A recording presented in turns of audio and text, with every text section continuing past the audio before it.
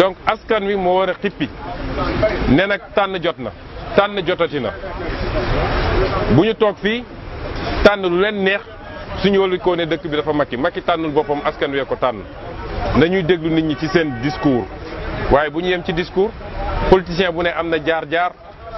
dama naan suñ doon askan yu xooloon dëgg-dëgg jaar-jaar Macky Sall duñ ko fal ndax koo xam ne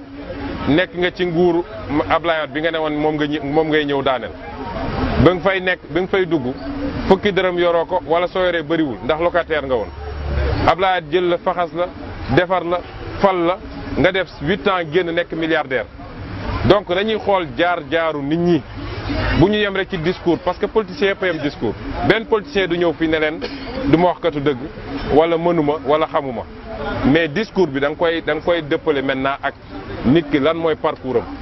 am man de Ousmane Sonko fii laa juddoo yaroo fi màggee fii laa liggéeyee fi ma liggéeyee fii impôt et domaine la ku fa dem su dee def naa fa njombe di nga ko xam su dee def naa fa mboosoo di nga ko xam li tax ñu jëlee ma fa it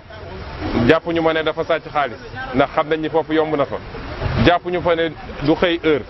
waaye dénoncer lu dul dëgg ak bañ li ñuy teg askan wi moo tax ñu xëy ne dàq nañ ma foofu.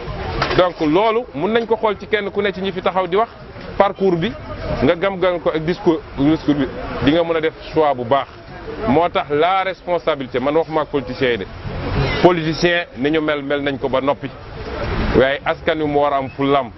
France barki dem bi ñu doyalee ci politiciens yi dañoo dem jël ab gone gu am 39 ans daat koy fal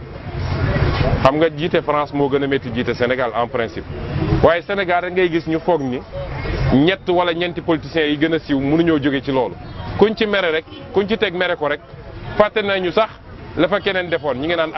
ñun de tey ñoo xoolaat waa jële tant que ñi ngi ci cycle boobu nag wallahi changement du am ci Sénégal jërëjëf